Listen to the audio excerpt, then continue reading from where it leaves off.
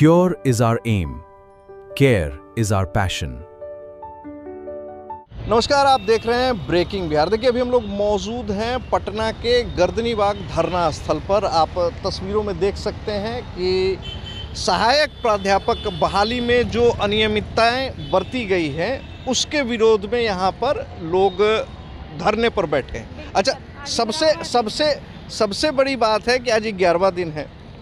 दिल्ली में जब छात्र प्रोटेस्ट करते हैं तो वो आतंकवादी होते हैं, उनको बाहर से फंडिंग किया जाता है, ऐसा बात सत्ताधारी दल के लोग कहते हैं। झारखंड में अगर छात्र आंदोलन कर रहे हैं तो बिहार सरकार के मंत्री को झारखंड के छात्रों की चिंता है, लेकिन बिहार में जहां उनका शासन है, उनका राज है, वहां आप लोगों की चिंता नहीं है। अब आप अपना परिचय दीजिए और क्या कुछ तस्वीरें आप लोगों को दिख रही है उसके बारे में बताएं। सर, पहले तो मेरा नाम वंदना सिंह है। मैं खुद एक रिसर्च स्कॉलर हूँ जूलॉजी से। और सर, एक चीज़ जैसे अभी आपने कहा ना कि छात्रों के ऊपर ये एलिगेशन लगाया जा रहा था, तो सर किसी पे एलिगेशन लगाना और ये साबित हो जाना कि सच में वो चीज़ सही है, ये दोनों दो चीज़ें हैं। तो दिल्ली में जैसे जंतर मंतर पे आंदोलन हुआ, झारखंड में हो रहा है, तो विपक्ष का या सत्ताधारी जो पार्टियां हैं किसी पे एलिगेशन सर लगा रहे हैं, सर साबित अभी तक नहीं हुआ है कि बच्चे आंदोलन करने रियल में आए हैं, कि वो किसी पार्टी के एजेंडे लेकर आए हैं या फिर कहीं से उनकी फंडिंग हो रही है। ये सारी बातें गलत है, बेबुनियाद है। और सर, जहाँ तक हमारी बातें हैं, हम लोगों की बातें हैं, तो हम लोग सर ना तो किसी पार्टी के समर्थक हैं और न ही किसी पार्टी की बातों को लेकर रखने आए हैं। हम अपनी बातों को रख रहे हैं सर। और आज अनशन का 11वां दिन है, आप सभी को पता होगा। हमारे 3 सीनियर साथी वहाँ बैठे हुए हैं अनशन पे 11 दिनों से, जिसमें कि 2 लोगों की जो तबीयत है सर काफ़ी क्रिटिकल हो चुके हैं। वो दोनों हॉस्पिटलाइज हैं सर, अभी एक बगल वाले हॉस्पिटल में और एक और कहीं प्राइवेट हॉस्पिटल में, और एक और जो वहाँ बैठे हुए हैं उनकी स्थिति आप लोग देख रहे हैं। तो सर, हमारी जो मांगे हैं वो बिहार सरकार से है, वो गवर्नर हाउस से है, गवर्नर साहब से है, पर्सनली गवर्नर साहब से भी है। वो सर अधिनियम 1976 को मैं रिकॉल करवा रही हूँ, उनको राजभवन को मैं रिकॉल करवा रही हूँ कि वो देखिए 1976 में सर जो प्रावधानें थी 2018 रेगुलेशन टेबल 18(3)A, उनको वो सर अच्छी तरह से पढ़ें, अच्छी तरह से समझें। वैसे सर सत्ता में लोग बैठे हुए हैं जिनको पीएचडी का पी नहीं पता और पीएचडी वालों के लिए नियम बना रहे हैं। सबसे बड़ी बात है, बड़ा ही दुर्भाग्य की बात है सर। आज़ादी के 80 वर्ष कल पूरा होने जा रहे हैं। कल हम अपनी स्वतंत्रता मनाएंगे और हमारे यहाँ पीएचडी स्कॉलर रोड पे बैठे हुए हैं। ये बहुत दुर्भाग्य की बात है सर। मैं इस पे कोट कहना चाहूँगी कि 100 में 70 आदमी फिलहाल जब नसाद है तो दिल पे हाथ रखकर कहिए कि यह देश क्या आज़ाद है। आज भी सर 100 में 70 आदमी गरीबी के जाल में फंसा हुआ है।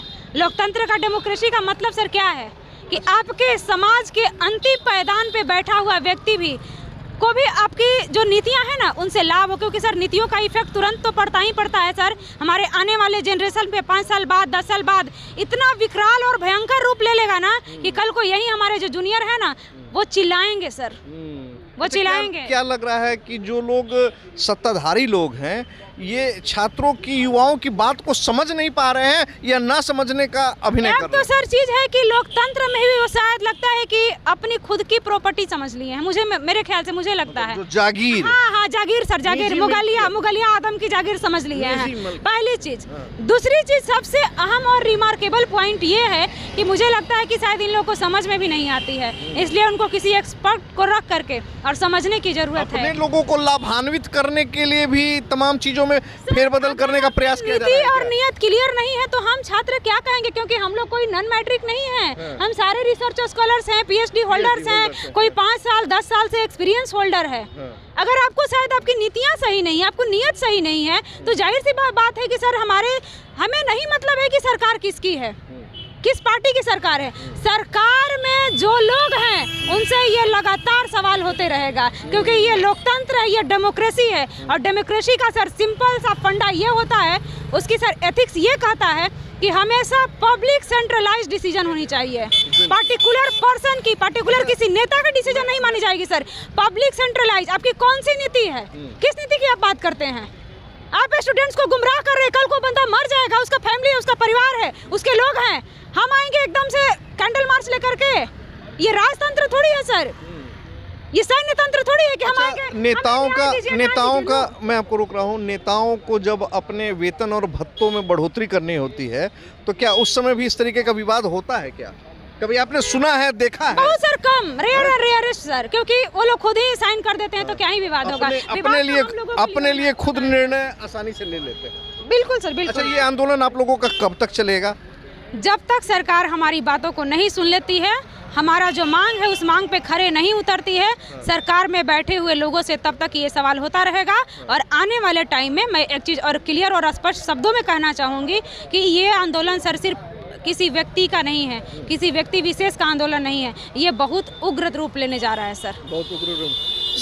सरकार का कोई नुमाइंदा आकर आपसे मिला? नहीं सर, नहीं, बिल्कुल नहीं। हम लोग कुछ लोग गए हुए थे गवर्नर साहब से मिलने के लिए, तो कहा गया कि हमारे एससीए से आप लोग बात कीजिए, हमारे एससीए बड़ा ही अनुभवी हैं, बड़ा ही उनको एक्सपीरियंस है और बड़े अच्छे लोग हैं। तो सर हम लोगों को एससीए से बात ही नहीं करनी है। कि 11 दिनों से लगातार कुमुद जी अनशन पर हैं, क्या कहिएगा? सरकार की तरफ से कोई आया आपसे मिलने? देखिए, कल एमएलसी भाजपा के आए हुए थे जीवन कुमार जी, उन्होंने आश्वासन दिया है और जदयू के भी 2 एमएलसी पहले आए हुए थे, तो केवल आश्वासन का दौर चल रहा है और उन्होंने लेटर एक लिखा है मुख्यमंत्री को, राज्यपाल को। लेकिन जब तक हमारी मांगों को मान लिया नहीं जाता और लिखित रूप में जब तक हमें नहीं दिया जाता, तब तक सब हवाई बातें हैं। और ये लोग, हम लोग आज 11वां दिन अनशन पर, 2 हमारे भाई जी बिल्कुल, हमें पता चला आपके 2 भाई जो मित्र हैं अस्पताल में हैं। लेकिन इनके कान पे जू नहीं रेंगने वाला है। कल 15 अगस्त है जो देश आज़ादी मनाएगा और हम लोग खुद अपनी मांग को लेकर यहाँ संघर्ष कर रहे हैं। दुर्भाग्यपूर्ण है और सरकार को इस पर सोचना चाहिए। और पूरे बिहार के जो भी शोधार्थी हैं, पूरे बिहार के जो छात्र हैं, पूरे बिहार के अतिथि प्रोफेसर, सभी को गोलबंद होना चाहिए, आना चाहिए, क्योंकि जब ये लड़ाई आप नहीं लड़िएगा तो आपकी लड़ाई लड़ने के लिए कोई तैयार नहीं होगा। और अभी हमने देखा कि पूर्णिया सांसद पप्पू यादव भी आए थे आपसे मिलने के लिए।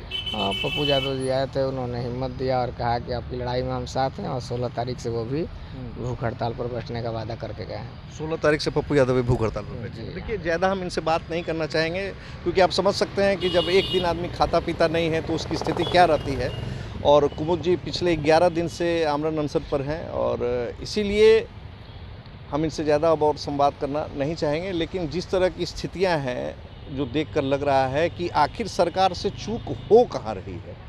क्या युवाओं को समझने में सरकार फेल हो जा रही है? लगातार जो नीतियां बन रही हैं इन लोगों के लिए, इन लोगों का आरोप है कि वैसे लोग हमारे लिए नीतियां बना रहे हैं जो खुद पढ़े लिखे नहीं हैं। हालांकि इन तमाम मुद्दों पर आगे किस प्रकार की राजनीति होगी, सरकार इन अभ्यर्थियों की मांग पर कितना सुनवाई कर पाती है, कितना ध्यान दे पाती है, ये तो आने वाला वक्त बताएगा। खबरों में फिलहाल इतना ही, तब तक के लिए दे इजाज़त, नमस्कार।